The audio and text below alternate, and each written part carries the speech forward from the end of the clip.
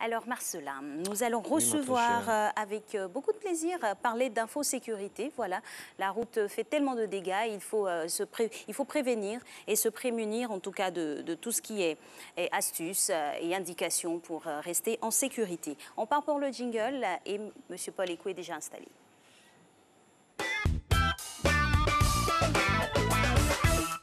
Monsieur Paul Ekou, bonjour. Bonjour, Alors, monsieur. quand on doit... À Bonjour, quel moment Bonjour. exactement il y a un bon vieux débat sur la ceinture de sécurité? Il y en a qui disent quand on est au volant, mais jamais il y a beaucoup de mythes, Ah oui, c'est de vrai. légendes là-dessus. Alors, quand doit-on porter la ceinture de sécurité en réalité? Dites-nous tout et tout. Merci beaucoup. Le port de la ceinture de sécurité est une obligation légale. Mais avant, peut-être que pour faire tomber certains préjugés, j'ai donné peut-être un chiffre.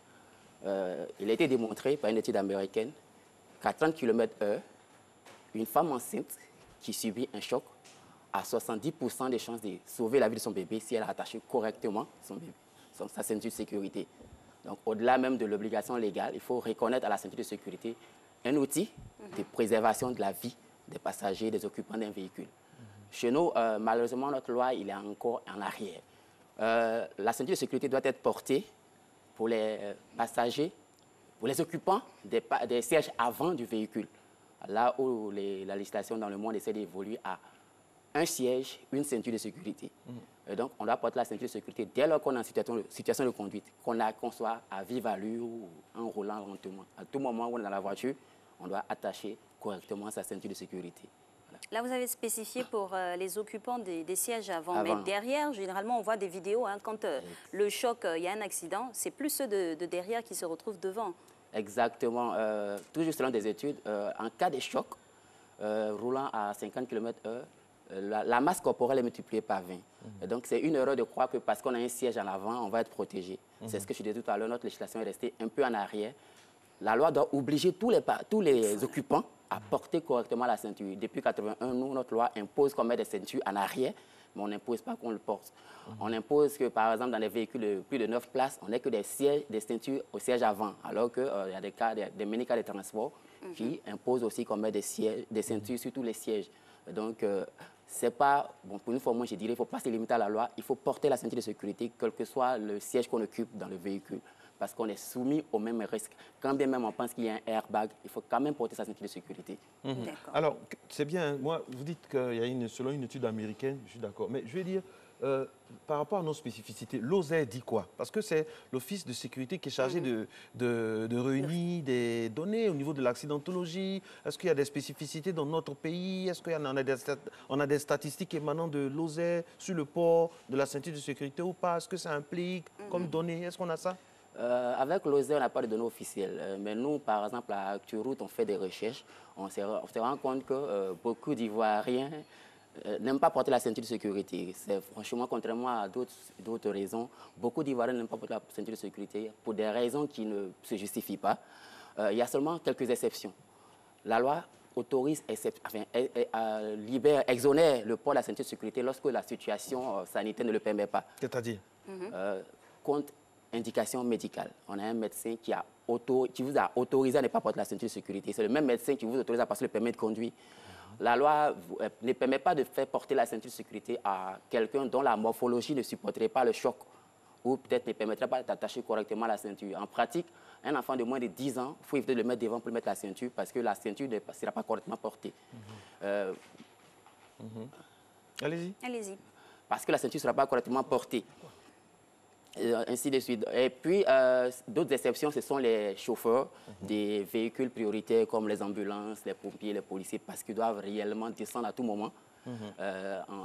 Les chauffeurs aussi des véhicules de livraison. Mais à part ça, tout le reste, on est obligé de porter la ceinture de sécurité. On n'a pas vraiment très important. Très important, on va y revenir. On va y revenir, Alix, hein, avec votre permission, bien sûr. On parle toujours de sécurité et sécurité routière. Monsieur Paul Ekou est resté en notre compagnie. Alors, on parlait bien sûr du port de la ceinture spécifiquement pour les différentes catégories. On parle du port pour les enfants. Au niveau des âges, c'est défini parce qu'on a les sièges auto pour les bébés. Exactement. Voilà. Il n'y a pas d'âge pour le port de la ceinture pour un enfant. Il y a seulement la morphologie à surveiller. Généralement, cette morphologie est atteinte à l'âge de 10 ans. C'est-à-dire que quand vous installez votre enfant, il doit avoir les pieds, tu touches le plancher, et le bassin. On a au une niveau image là du- en face, voilà, voilà. du Pour siège. illustrer ce que vous dites Mais là. dans ce cas, quand il est plus petit, il faut qu'il soit assis dans son siège auto. Plus petit, c'est-à-dire, vous avez dit qu'il n'y a pas... En dessous de 10 ans, il y a des rehausseurs ou il y a des sièges auto. Oui. Soit s'il est plus petit, c'est un siège auto. S'il est un peu plus grand, c'est un rehausseur pour qu'il puisse avoir le bassin là où il faut laisser la ceinture passer. Il n'y a pas d'âge en tant que tel.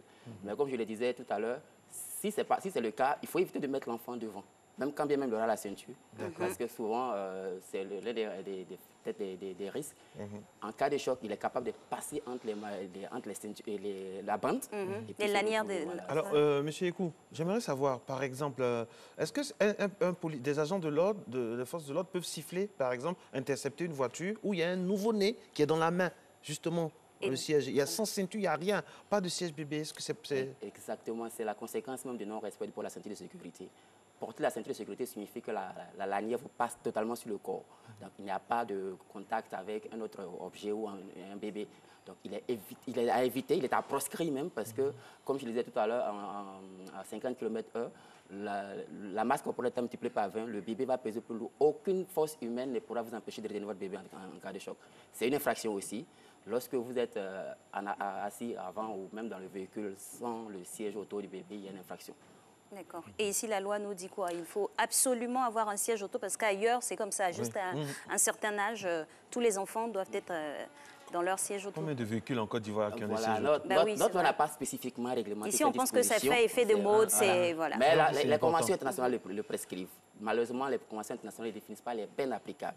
Notre loi n'a pas vraiment réfléchi dessus, n'a pas vraiment dit quelque chose comme on le fait en France, en Belgique, où on vous impose d'utiliser un rehausseur ou un siège bébé en cas de transport d'enfants. Il y a certaines législations qui vous obligent à signaler qu'il y a un bébé à bord.